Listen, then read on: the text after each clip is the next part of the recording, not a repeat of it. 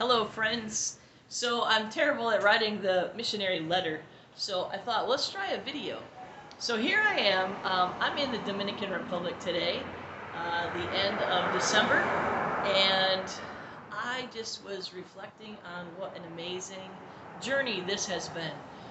31 years ago, I was at Trinity College, now called Trinity International University, and they were offering a missions trip to Haiti. And I thought, oh, how cool would it be? I sponsor a child in Haiti through Compassion International. And I would love, like, the coolest thing ever would be to meet the child, right? And so I go sign up for the missions trip, contact Compassion, ask if we can do a visit. We get all this stuff in the works. We raise our money for the missions trip. We go to buy the tickets, and there was a coup in Haiti. By the way, I'm out on the street here in the Dominican Republic, so you get to hear what it's like. With traffic going by, the cows just came through, and the goats went by a little bit earlier. Sorry you missed them, but so here we go. So we go to buy tickets, and we can't fly to Haiti because there had been a coup. So the leader called the mission organization Cross World, that we were working with. That wasn't their name then, but anyway.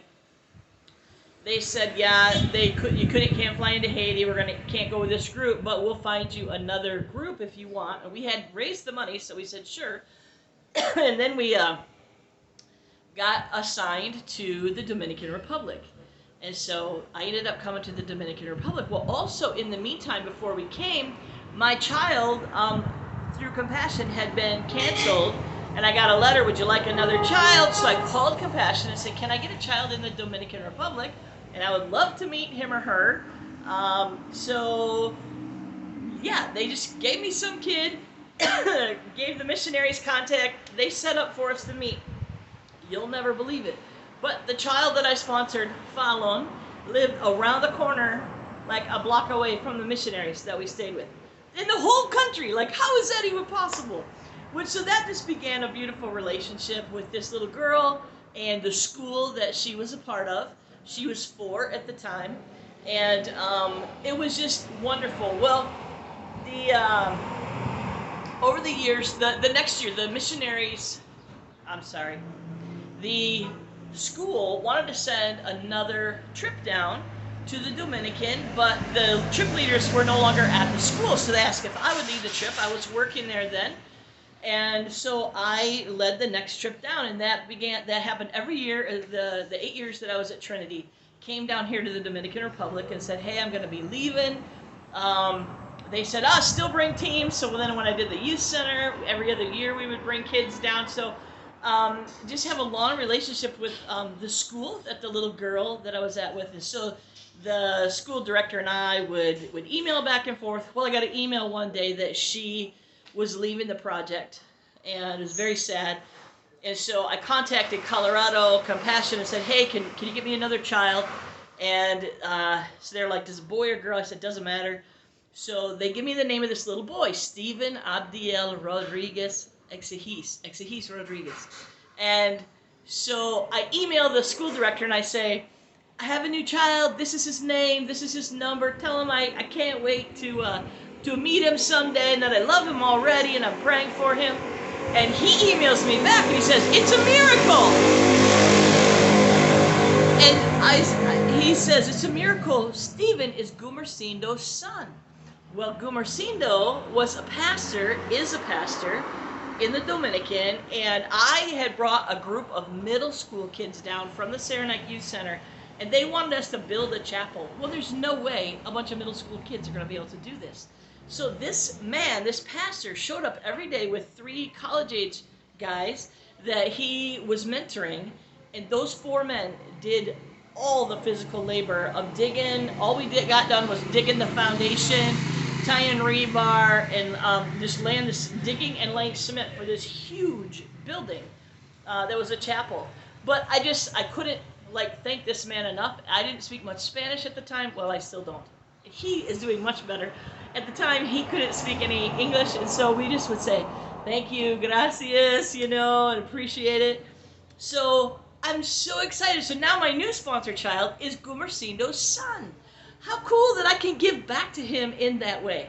So still leading trips down, and so I get to meet his son, and the family invites me to their house for dinner, and the son Stephen was 7 or 8 at the time, and he like his mother said, he told her what to cook for my visit, and we just had a really special time there. Well, next time I go back, Gumersindo is now teaching Bible at the school where I sponsor the kids. So cool. Well, then the school director resigns and moves, and they hire Gumersindo to be the school director. And so just the relationship continues. It's really fun that I have this. Then, some years later, Compassion tells them they're going to pull out of the schools. They changed their ministry model to a project-based rather than school-based because they were a lot more expensive to run. So I said to Goomer, what are you guys going to do? And he said, I don't know, but God will not let the children down. Well, long story short, God led me and a few people to start a ministry called Hands of Grace, Manos de Gracia, and we picked up that school, and then another school, and another school. And so we have this ministry now. We support kids down here. So now, on the Dominican side of things, Gumersindo is the country director here. I was in the States. Now we have Dawn Lima and Nina doing a great job running that organization.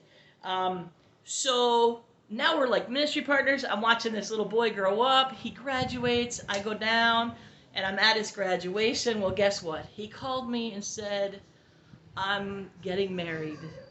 I would love for you to be at my wedding. So that's why I'm here right now. I'm here for his wedding tomorrow morning. He's getting married right near here, and such an honor to think that I couldn't wait to like one day meet my sponsored child, but now to have this kind of relationship with him and his family just is such an honor to me. And then while I was coming, I needed to have a tooth pulled. I broke a tooth, and in not having dental insurance, it's just really expensive to go to the dentist. And I thought, I'm going to wait till I go to the Dominican, because one of our sponsored children, we ended up, she was with Compassion and then with Hands of Grace, and then Hands of Grace sponsored her to go to dental school, and she wanted to give back to the community, so she put a dental clinic next to the Hands of Grace medical clinic in the basement of Gumersindo's church. And so we're friends on Facebook, so I messaged her and said, hey, I'm going to be down for Stephen's wedding. Is there any chance you can pull a tooth? She's like, I would love to. I can't wait to see you. So I come down. She gets me in the chair, pulls the tooth, and says, oh, I would love to put a beautiful implant right here for you. I'm like, you know how to do that? She said, yes. Did you know I won scholarship for PhD? Like, what? So she's going to school for her PhD in dental stuff and is doing all kinds of amazing things. So we get finished. I ask her what I owe her. I know from the sign outside that they charge like $8 to pull a tooth. And she says, no, you cannot pay me. And I say, I have to. She says, no, I love you, and I don't know how to show you I love you except this way. She said, when I had nothing, you gave me education. And this is my way to say thank you to you. I am now your dentist. Isn't that amazing?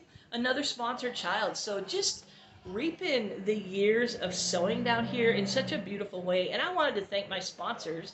My sponsors, I have a number of people who sponsor me as a missionary. And some of you guys have been with me all these years. All these years. These 31 years, some of you have not failed to sponsor me every month, and I just want to thank you, and I wanted to share with you just the beauty of what I was feeling here. Also, I'm staying at a church here this week because of COVID restrictions. They kind of wanted me to isolate, and the Dominican is super careful about that, and I can appreciate that. So the church I'm staying at is the church that Tammy used to be Tammy Biggs, now Tammy Hernandez. Tammy came with me from Saranac with the youth center on one of our trips down here and said, this is where I'm supposed to be. She ends up becoming a missionary down here, marries a Dominican guy, Hochi, who we all love, and then they're planting this church in the community called La Rayel, And the name of the church is Tal Como Soy, which means just as I am. And so it's a beautiful thing. Hey, the goats are coming around the corner. I don't know if you can see them up there, but pretty funny. Anyway, goats, cows, everything going on here in the Dominican Republic. So beautiful how God knits together people and ministries and time over the years, and I'm just so thankful. So Merry Christmas to you all. Merry Christmas to my supporters. I love you all. Or in the Dominican Republic, they would say, Feliz Navidad.